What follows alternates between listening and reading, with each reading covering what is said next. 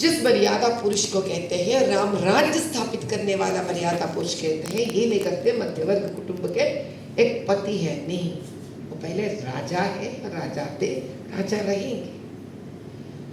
और माता रानी भी शक्ति, उन्होंने उस दुष्ट को संहार करने के समय पे भी बड़े ही मुस्कुराहट से उन्होंने कितने भी गालियां दी है। अगर आप देवी भागवत पढ़ते हैं तो देवी भागवत में क्या चाहता है कि जब राक्षस ने, महिषासुर ने आया वहां पर और माता रानी का उनका नाश करना पड़ा, तब भी उन्होंने 2 मिनट के लिए रुक के सोचा, सृष्टि तो ये मेरा ही है, वैसा तो ये मेरा ही पुत्र हुआ है, तो चलो आखिरी बार इसको और एक मौका दे देते हैं ताकि ये सुधर जाए। लेकिन दुष्ट कभी सुधरता नहीं है, दुष्ट दुष्ट ही रहता है। तो उसने कई प्रकार के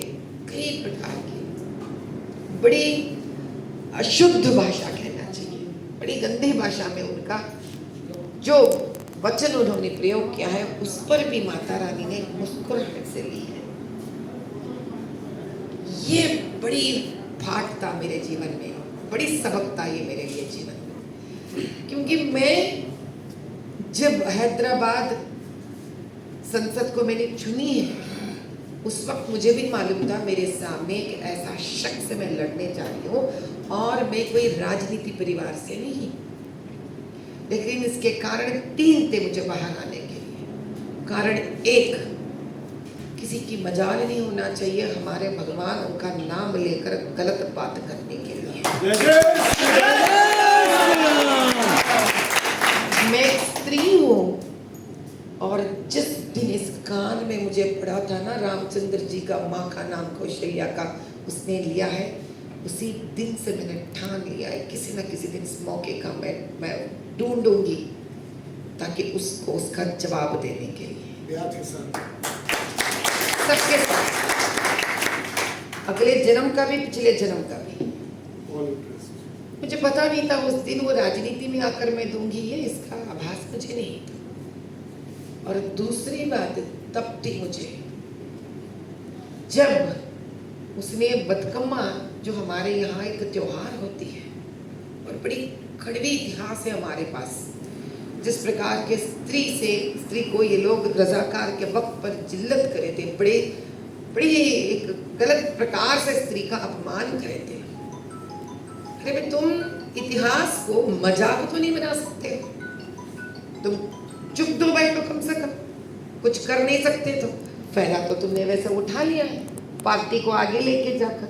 जो पार्टी इतिहास में खून के लिए प्रसिद्ध है, तुमने उसको उठा लिया। ठीक है, इंसान खुदगर्ज हो सकता है, इतना कि नहीं कि तुम अपने जन्म देने वाले माँ, बहन, पत्नी, बेटी, इस दर्जा को भी भूलकर जो मन में बात करने लग जाओ, खुदगर्जी के लिए, तब रोकना पड़ेगा ऐसा इंसान को।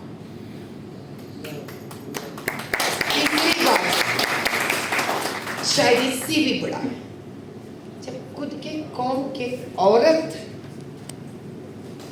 तलाक के वजह से बार बार एक ऐसे चक्कर में पड़ रही थी, अरे तो दुश्मन भी को इसके ऊपर दया आ जाना चाहिए, क्योंकि मैं हैदराबाद से हूँ, मुझे पता है।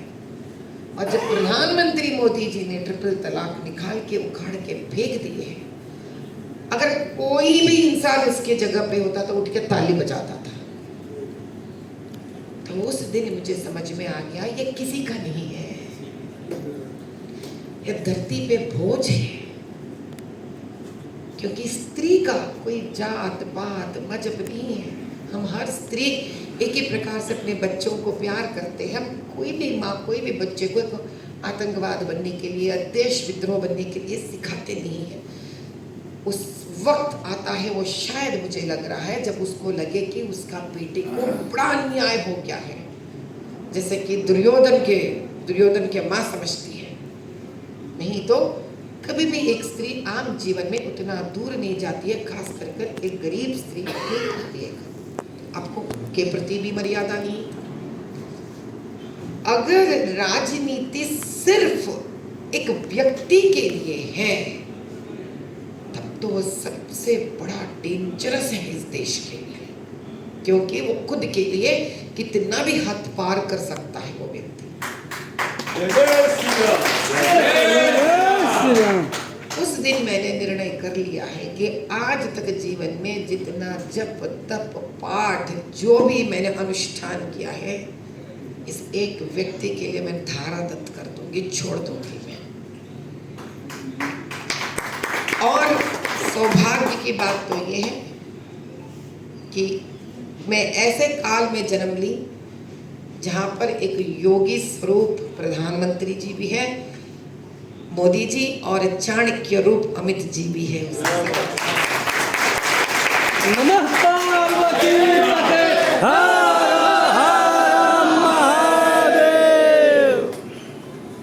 तो ये प्रकृति का एक ऐसा एक काल पर एक जगह पे आना भी हम कभी सोच नहीं सकते, क्योंकि मेरा ये जो जीवन काल जो 2 महीने का निकला, मुझे ये पता नहीं कहाँ से प्रारंभ होकर वो कहाँ तक चले गया था। लेकिन एक बात तो मैंने तय कर लिया है कि हमारे भाई मोदी जी और हमारे अमित भाई, इनके आशीर्वाद जब तक है मेरे लिए, मैं ऐसा इंसान को तड़ी पार करवाने तक नहीं सो पाऊंगा। उसको स्वयं एक दिन आकर कौशल्या माता का क्षमा मांगना पड़ेगा, क्षमा मांगना ही पड़ेगा। इतनी बड़ी बात कहा उसने जिसका आग आज भी जल रहा है मेरे अंदर। क्योंकि हम कभी किसी मजहब के किसी भगवान के ऊपर गलत बात नहीं करते। आज तक बड़ी मर्यादा पूर्व से मुसलमानों के बारे में बात करती हूँ। मुझे किसी पर कोई गुस्सा नहीं है, क्योंकि आम आदमी नहीं जानते, वो अपने आप कुछ काम कर लेता है, निकल पड़ता है, नौकरी करता है, घर वापस आता है। ऐसे लोग जो खुद गर्ज लोग हैं, यही इस देश में आम जनता में जो भड़काऊ भाषण देकर इनकी जिंदगियां खराब करते हैं, इसका तो सबक सिखाना पड़ेगा भारत देश में। इसके लिए हिंदू को, हर वोटर को, सभी को, अपनों को जागृत होना पड़ेगा, क्योंकि हम एकमात्र ही इस देश का संरक्षण कर सकते हैं। क्योंकि सोचने का ये शक्ति हम में ही दिया गया है, क्योंकि हम सोचने का शक्ति में एक छूट है, हमको छूट दिया गया है। हिंदू धर्म हमको छूट दी है, क्या कहकर? मानव सेवा माधव सेवा। कभी हिंदू धर्म ये नहीं कि तू जाओ मंदिर जाओ, जाओ मंदिर जाओ, कभी नहीं बताया। ये जो सोचने का छूट हिंदू धर्म ने दिया है, इसका सही इस्तेमाल हमको करना पड़ेगा भैया। ये बहुत मुश्किल बात है। जब बच्चों को हम छूट दे देते हैं तो बच्चों को बहुत तकलीफ होती है छूट को संभलना। वो स्वतंत्रता का जो स्वातंत्र हम उनको देते हैं, उसको संभल के बड़ा होना बहुत मुश्किल बात है। इसलिए देखिए, रईस घरों में बच्चे ज्यादा तकलीफ उठाते हैं गरीब के घर के बच्चे ने। मैं कह रही हूँ ये बात आपको। पैसों घर में बच्चों को जिस प्रकार हर चीज मिलती है, उनको समझ में नहीं आता किस चीज के लिए लड़े जीवन में। वो आग नहीं रहती है उनके। इसीलिए हमको सनातन धर्म से बहुत सारे विषय पे छूट मिला है। हमको ये कहा गया है वैद्यो नारायण। इसका मतलब है किसी के तबीयत ठीक नहीं है, आप इसका सेवा करोगे तो नारायण का सेवा किया है। लेकिन इस छूट से हम लोग और उन्नति स्थान पर उठना चाहिए, गिरना नहीं चाहिए। क्योंकि जबरदस्ती से शायद हम कुछ सीख पाते हैं, लेकिन उसको कई साल हम उसको आगे लेके नहीं जा सकते, ऊब जाते हम उससे। काश कर अभी काशी का ये दायित्व है, क्योंकि सारा देश ऐसे चंद नगरी है जिन पर हम लोग जहाँ जहाँ से आते हैं उनके तरफ हम देखते हैं कि यहाँ के लोग सनातन धर्म को कैसे पकड़ के आगे लेके जाते हैं। ये शायद वहाँ रहने वालों को पता नहीं चलता, लेकिन वहाँ के अलग देश के अलग अलग प्रांतों वालों को हम आपके तरफ देखते हैं।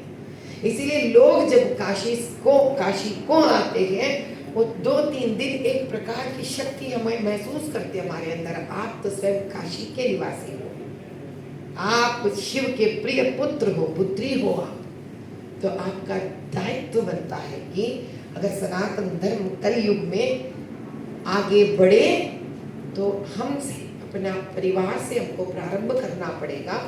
जीवन का काल, हर दिन, जितने दिन हम श्वास निश्वास लेते हैं, इसका समर्थन करते हुए इसके लिए ठहरे हुए राजा को हमको जिताना पड़ेगा। और जीत एक संख्या नहीं है, जीत 100% हमने निकले या नहीं निकले कर सकते। यथा राजा तथा प्रजा, क्योंकि जब एक राजा स्वच्छ होते हैं तो वो स्वच्छ राजा के मन से निकले हुए हर कमाई जो हम प्रत्यक्ष या परोक्ष रूप में खाते हैं, हमारा भी अभिवृद्धि रहती है उसके अंदर। बताइए तो सही, चीन हम सबको लगता है पैसा काफी कमा लेता है, लेकिन वहां पे किसी के मन में शांति नहीं है चीन वासियों में। अमेरिका तो बहुत पैसे बना लिया है, लेकिन पता नहीं डर डर के जीते हैं वहां के लोग। बताइए क्यों? क्योंकि किस प्रकार से पैसा बनाया गया है उसमें ही शांति है। वो चाहे एक व्यक्ति बना रहा हो या इस देश के शासन करने वाला राजा बना रहा हो, और हम सब उस राजा के हर बूंद बूंद खून बनते हैं। क्योंकि देश एक भारत माता का शरीर है, तो हम सब का कोई ना कोई अंग है उस देश में। और इस भारत माता को पूजने वाले अपने राजा के शक्ति हम तभी बन सकते हैं जब हम सब उनका दायित्व अपने अपने लेवल पे लेते हैं अपने हाथ में। इसलिए घर में भी बच्चों को अपने सप्त राजा के प्रति हमको मर्यादा जागृत करने का भी दायित्व लेना पड़ता है। ये सबसे बड़ी जिम्मेदारी है अपने पास। बच्चों को हम राजनीति नहीं सिखा रहे हैं, राम राज्य स्थापन सिखा रहे हैं। और जितना हो सके उतना लोगों से, अपने मतदाताओं से हमको सच बात करना पड़ेगा और उनका दर्द भी हमको समझना पड़ेगा। जिस दिन हम इसको राजनीति बना देंगे तो फिर से हम वही चक्कर में पड़ जाएंगे। क्योंकि 40 साल से जिस इंसान के पास हैदराबाद लोकसभा कॉन्स्टिट्यूएंसी है, तो बताइए वहां पर आबादी क्यों नहीं है? यथा राजा तथा प्रजा। लेकिन ऐसे लोग इस भारत माँ के शरीर में, अंग में एक ऐसा दब्बा भी है, एक कैंसर के जैसा है। इसका नजरअंदाज मत करना भाइयों और बहनों। इस कैंसर को तुरंत निकालना पड़ेगा और हम आम जनता ही इसको कर सकते हैं। कोई मुझसे आज पूछ रहे थे होटल में, भला बताइए, मैं तो एक नौकरी करने वाला हूँ, भला बताइए आप क्यों नरेंद्र मोदी जी, क्या इतना मेहनत करना पड़ेगा उनको हर जगह जगह जगह जगह जाकर लोगों को जागृत करना, तो इतना क्यों फिरते हैं लोगों को जागृत करने के लिए? तब मैंने उनको एक ही बात बताई, भैया आपको जिस भाषा में समझाना मुझे पता नहीं, लेकिन मैं एक माँ का जैसा आपको समझा सकती हूँ। बच्चों को जब हम जन्म देकर बड़े करते रहते हैं, बच्चे को मालूम है उनके माँ है और हमको मालूम है हमारे बच्चे हैं। थाली में जब खाना पका कर देते हैं तो बच्चा खाना चाहिए ना? नहीं, बच्चा जिद करता है। क्यों? हर वक्त वो हमको टेस्ट करते रहता है कि माँ हमको क्या इतना ही प्यार सुबह भी करती है, इतना ही प्यार दोपहर में भी करती है, क्या इतना ही प्यार रात को भी करती है? इसलिए बच्चा हर वक्त जिद करता है और उस जिद को हम समझ लेते हैं प्यार समझकर, इसके प्यार से खाना खिलाते हैं। प्रधानमंत्री भी वही पिता है इस देश के। क्या बात है।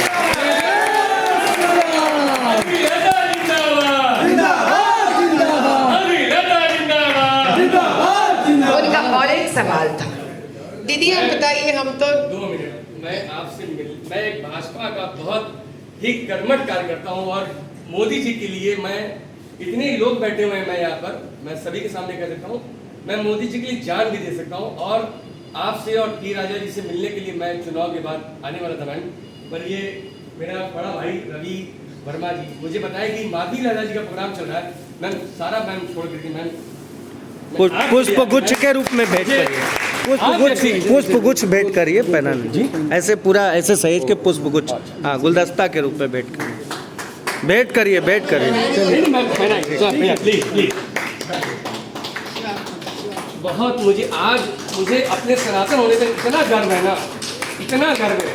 जब आपने ऐसे तीर किया था ना, मैं मतलब मैं आज बहुत धन्य हूँ, बहुत धन्य हूँ, मैं बहुत धन्य हूँ। क्या मैं बात इस मंच से कहना चाहता हूँ सभी को, क्या बात है। कि सिर्फ सनातन के लिए इनके बोलने के बाद बोलिए।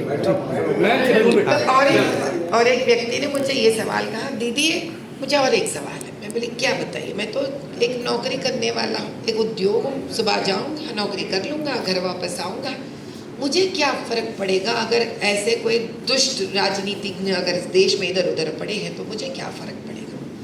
तो मैंने तुरंत उनको एक बात बताया, अच्छा एक काम करते भैया, कोविड के समय पर क्या आपने ऐसा लोगों से आपका परिचय नहीं हुआ जिन्होंने कहा भैया हम तो घर में ही थे, हम तो एक ही कमरे में थे, हमने किसी से नहीं मिला, हाथ भी नहीं लगाया, हमें कैसा कोविड आ गया भैया। तो ये राजनीतिक नहीं, इसी कोविड के जैसे है जो हवा में फिरते रहते हैं।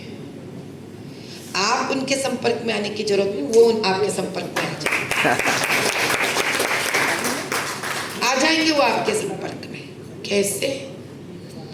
आप कोई गवर्नमेंट ऑफिस में जाएंगे, आप घूस देना पड़ेगा आपको, ये वहां रहेंगे। आपके बच्चों को प्राइवेट स्कूल्स में आप दाखिला लेना पड़ता है, ये प्राइवेट स्कूल की फीसों में रहते हैं। आपके गवर्नमेंट स्कूल्स, गवर्नमेंट हॉस्पिटल्स रहने के बावजूद भी प्राइवेट हॉस्पिटल्स को आपको जाना पड़ता है। ये लोग इस प्राइवेट हॉस्पिटल्स के गलत इंफॉर्मेशन और गलत पैसे लेने में रहते हैं। ये लोग आपके नजदीक के जितने पेड़ हैं, ये पेड़ काट कर आपके गर्मी बढ़ा देते हैं, इसमें रहते हैं ये लोग। और बार बार पैसा बनाने के लिए रोड का खुदाई करते, पाइपलाइंस डालते जाते रहते हैं ये लोग, कुछ पैसा इकट्ठा करने के लिए। जब भी इनका जेब खाली होता है वहां रहते हैं। मैनुअल का ढक्कन बंद नहीं होता है, बारिश आता है, लोग इसके अंदर गिर जाते हैं, वहां रहते हैं ये लोग। स्मशान बनाते हैं लेकिन नल काम नहीं करता है, वहां पर इंसान मर जाता है, लेकिन हम सोचते चलो ये 5-6 घंटे का काम है, लेकिन वहां पे हमारे बड़े बुजुर्ग शव के रूप में रहते हैं, लेकिन हम ध्यान इधर नहीं रहता, वहां बसती नहीं रहती है, डांटते गालियां देते रहते हैं, वहां रहते हैं ये लोग। हम मंदिर जाते हैं तो मंदिर में भी पैसा लेकर हम लोग को गोल गुंबद चक्कर मारते रहते हैं ये लोग, कहीं खत्म ही नहीं होता है, क्लीन साफ सुथरा नहीं रहते हैं, यहाँ रहते हैं। पासपोर्ट तो हाथ में आना चाहिए, लेकिन वहाँ का प्रशासन के पुलिस फिराते रहता है, जब तक पैसे नहीं देते पासपोर्ट हाथ को नहीं देते हैं, वहाँ रहते हैं लोग। और स्त्रियों को बड़ी गंदी महसूस होती है जब वो सड़कों पे जाते हैं तो पुरुष वहाँ जो चाहिए वहाँ पे मूत्र विसर्ज करते रहते हैं, वहाँ रहते हैं ये लोग। कहाँ नहीं रहते लोग। लड़की बाहर जाती है तो पता नहीं कब घर वापस आती है, यहाँ रहते हैं ये लोग। लड़के बाहर जाते हैं, कौन से गंदी आदत सीख के घर आ जाते हैं, यहाँ रहते हैं लोग, क्योंकि परमिशन इनके हाथ में है। भैया ये लोग कोरोना है, हर जगह है ये लोग। अगर आपको एक शांति पूर्वक देश चाहिए तो पहले आपके राजा का इनका आभास रहना चाहिए। आपका राजा जिंदगी में एक बार भी मेहनत कर कर पैसा कमाया रहना चाहिए। इसीलिए पुराने जमाने में और हमारे पुराण में जितने भी राजा उनको दिखाए ना, ये गुरुकुल जाकर एक सन्यासी का जीवन 5, 6 या 7 साल के उम्र से प्रारंभ कर 14-15 साल तक गुरुकुल में रहते हैं। वो लोग वही खाना खाते हैं जो गुरुकुल में गुरु के घर में माता गुरु माता बनाती है। किसी भी जमीन पे सोते हैं ये लोग, ठंडे पानी से नहाते हैं, पूरा काम करते हैं। वो शायद राजा रहने दो, कोई भी रहने दो। इसीलिए हम ऐसे दत्त पुराण में कहते हैं, भैया आप जब अपने गुरु को चुनते हो तो एक शिष्य का भी जिम्मेदारी है, दायित्व है ऐसा एक गुरु को चुनने के लिए। जब एक गुरु शिष्य को चुनता है, उनका भी दायित्व है ऐसा एक शिष्य को चुनने के लिए। दायित्व हमारा है, हम किस प्रकार के राजा को चुन रहे हैं।